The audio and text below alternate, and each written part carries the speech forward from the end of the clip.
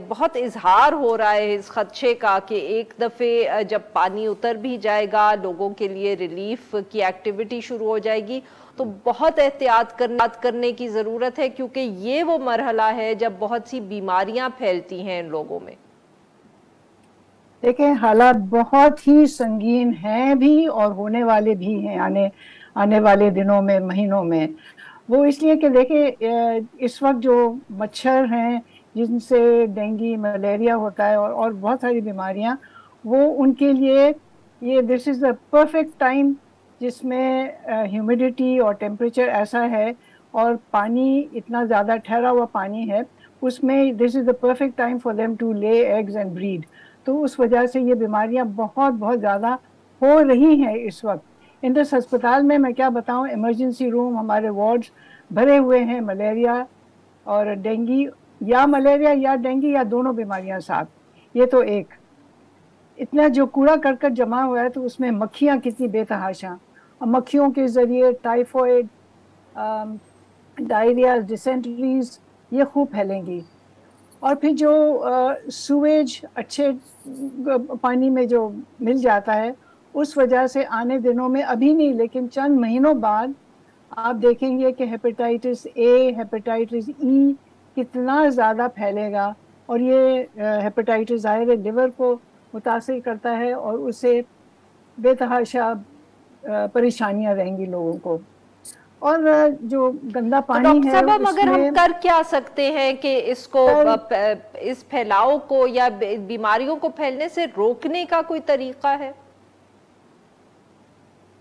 इस वक्त में कोई कोई गारंटी नहीं कि आप कितना उनको रोक सकेंगे। देखिए, पानी जितना जितने अरसे तक खड़ा रहेगा, मच्छर तो होंगे और लोगों को अपने आप को मच्छर से बचाना बड़ा मुश्किल होगा।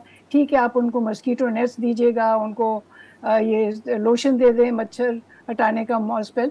लेकिन जब आप इतने लाखों लोगों की बात कर रहे हैं तो ये प्रैक्टिकल नहीं होगा। हाँ, बेशक जो अपनी हिफाजत कर सकते हैं बेशक वो करते रहें, लेकिन इस मैसेज में जो इतनी खवातीन, बच्चे, बूढ़े, हर तरह के, वो कैसे बचाएंगे अपने आप को? मलेरिया के बचाव के लिए टैबलेट्स होती हैं, लेकिन खुदारा आप इतने लाखों लोगों को प्रोवाइड कर सकते हैं? उनको डेली डोज देना। मलेरिया की तो खैर वैक्सीन अभी बहुत दूर की बात है। टाइफॉइड, अलबत्ता टाइफॉइड की वैक्सीन देना चाहिए अभी से। टाइफॉइड तो शुरू हो ही गया है, लेकिन जितना हो सकता है आइंदा आने वाले वक्त के लिए उनको जरूर बचाना चाहिए।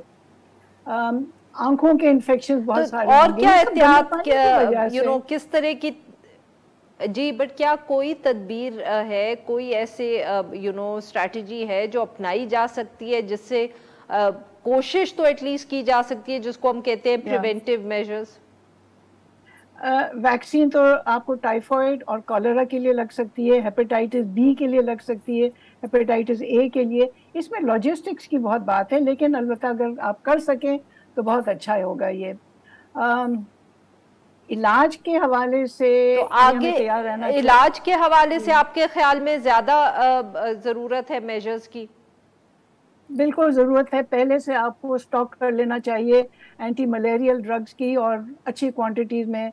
डेंगू से तो ज़्यादा तो डिहाइड्रेशन हो जाती है, उसके लिए आपको ड्रिप्स की तैयारी होनी चाहिए।